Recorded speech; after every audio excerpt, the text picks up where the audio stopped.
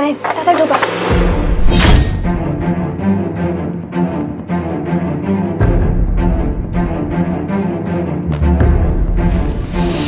আরে বাহ, প্রিয়া darling, জানেমান, office থেকে আসতে না আসতে তুমি একদম রেডি হয়ে আসো না, একদম মাতালের মতো ঘুমাচ্ছে। মা মনে হয় ওকে দিয়ে বাড়ির সমস্ত কাজ করাছে, যার জন্য শরীরটা ক্লান্ত আর একদম ঠেসে ঠেসে ঘুমাচ্ছে। আজকে যা হবে না। কি ব্যাপার, শরীরের গঠন মনে হচ্ছে চেঞ্জ হয়ে গেছে। 2 দিন আগেও তোর শরীরে জান চলতেছি না, 2 দিনে এই অবস্থা। যাই হোক, জানের কপালে একটা টিচ করে আমি শুরু করি। জান, আরে এই তুই এখানে কি করিস? হ্যাঁ, বিয়াদব কোথাকার, বের কর, বের কর এগুলো, বের কর। এগুলো কি ঢুকাইছিস? এই এগুলো এগুলো তো তোকে এগুলো ঢুকাইছে কে? এগুলো তোকে ঢুকাইছে কে? হ্যাঁ, তুই এখানে কি করতেছিস? জানোয়ার কোথাকার। কিরে নয়ন, কি করছিস এখানে? আরে মা, তুমি এখানে কি করতেছো? আমি এখানে কি করতেছি সেটা না বলে তুই বল, তুই এত রাতে প্রিয়া রুমে এখানে কি করতেছিস? অফিস থেকে এসে তুই ফ্রেশ না হয়ে তুই প্রিয়া রুমে ঢুকছিস? তুমি এখানে চলে আসছো, খুব ভালো হয়েছে। দেখো প্রিয়া আমাদের রুমে কি সব করে রাখছে, দেখো একে বেলুন দিয়ে কি সাজিয়ে এখানে রাখছে, যাতে মেয়ে মানুষ সাজিয়ে ও আমাদের ঘর থেকে যা কিছু আছে সব কিছু নিয়ে এখান থেকে পালিয়ে যেতে পারে, বুঝতে পারছো? আমি অফিস থেকে এসেই কেমন যেন একটা সন্দেহ হচ্ছিল, যার কারণে আমি ফ্রেশ না হয়ে সরাসরি ওর রুমে ঢুকছি। ঢুকে দেখি এইসব কাণ্ড। এবার বুঝতে পারছো? তুই আর কত মিথ্যা কথা বলবি বল? তোর লজ্জা করে না? তুই এত রাতে প্রিয়া রুমে ঢুকছিস? প্রিয়া এগুলো কিছুই করে নাই। প্রিয়া এদিকে আয়। জি ম্যাডাম। আরে তুই ভয় পাচ্ছিস কেন? ভয় পাওয়ার কিছু না, আমি আছি তো, ঠিক না? আর শোন, এগুলো যা হয়েছে না সব আমার প্ল্যান মতো হয়েছে, ঠিক আছে? ম্যাডাম এনেন আপনার চা। এই প্রিয়া শোন, দাঁড়া। হ্যাঁ ম্যাডাম। কি ব্যাপার, তোর মনটা এত খারাপ কেন? না ম্যাডাম, কই না তো, মন খারাপ হবে কেন?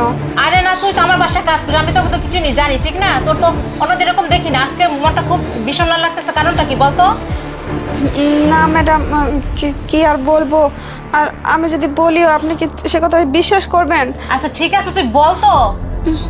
আসলে ম্যাডাম আমি বলতে চাই নাই, কিন্তু যেহেতু আপনি জিজ্ঞাসা করতেছেন, আসলে হয়েছে কি ম্যাডাম, আপনার ছেলে মানে ছোট সাহেব আছে না, আপনি যখন থাকেন না তখন বা রাত্রেবেলা আমার ঘরে যায়, গিয়ে আমাকে খুব বিরক্ত করে আর আমাকে মানে খুব খারাপ কথা বলে, আমাকে ধরার চেষ্টা করে, ছোঁয়ার চেষ্টা করে। আমি জানি ম্যাডাম আপনি বিশ্বাস করবেন না, কিন্তু কি বলতেছিস সেগুলা? হ্যাঁ, আমি তোকে মেয়ের মতো ভালোবাসি, তাই বলে তুই আমার ছেলে নামে নানান কথা বলবি, নানান কলঙ্ক দিবি?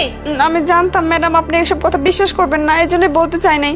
তবে ম্যাডাম আপনি আমার কথা একটিবার বিশ্বাস করেন, আমার কথা যদি আপনার বিশ্বাস না হয় তাহলে আপনি আপনি পরীক্ষা করে দেখতে পারেন, আপনি যাচাই করতে পারেন এই বিষয়টা।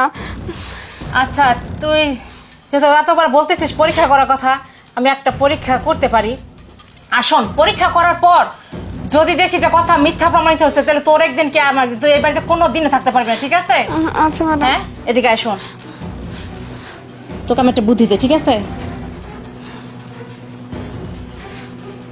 ঠিক আছে, এখন যা, আচ্ছা কাজটা তুই কর। ম্যাডাম, ঠিক আছে।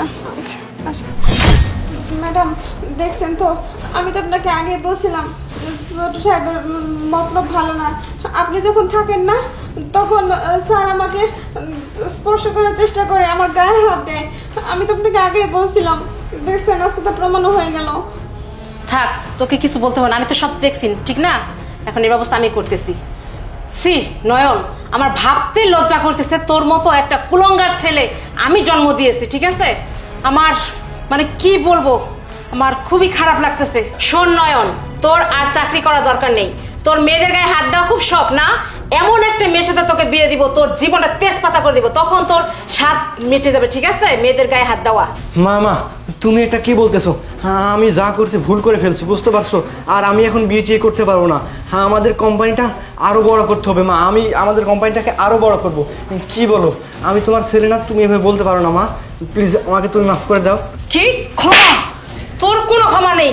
তোর মতো কুলঙ্গার ছেলে আমার পেটে জন্মাইছে, এটা আমার সবচেয়ে বড় ভুল। হ্যাঁ, লজ্জা করে না তোর?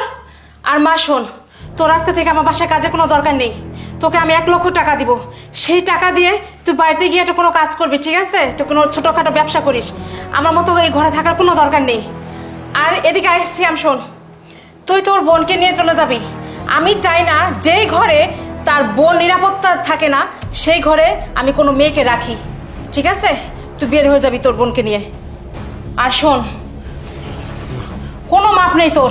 ভুল হয়ে গেছে মা, প্লিজ এরকম করো না মা, তুমি প্লিজ। আমি এখন বিয়ে টিয়ে করতে পারো না, যা হয়েছে ভুল হয়েছে, আমি তোমার ছেলে না মা, প্লিজ। তোর ছেলে, আমার এরকম ছেলে কোনো দরকার নেই। তুই এই মুহূর্তে আমার চোখের সামনে বের হয়ে যা। তোর মতো কোনো ছেলে আমার দরকার নেই, কুলঙ্গার ছেলে। হ্যাঁ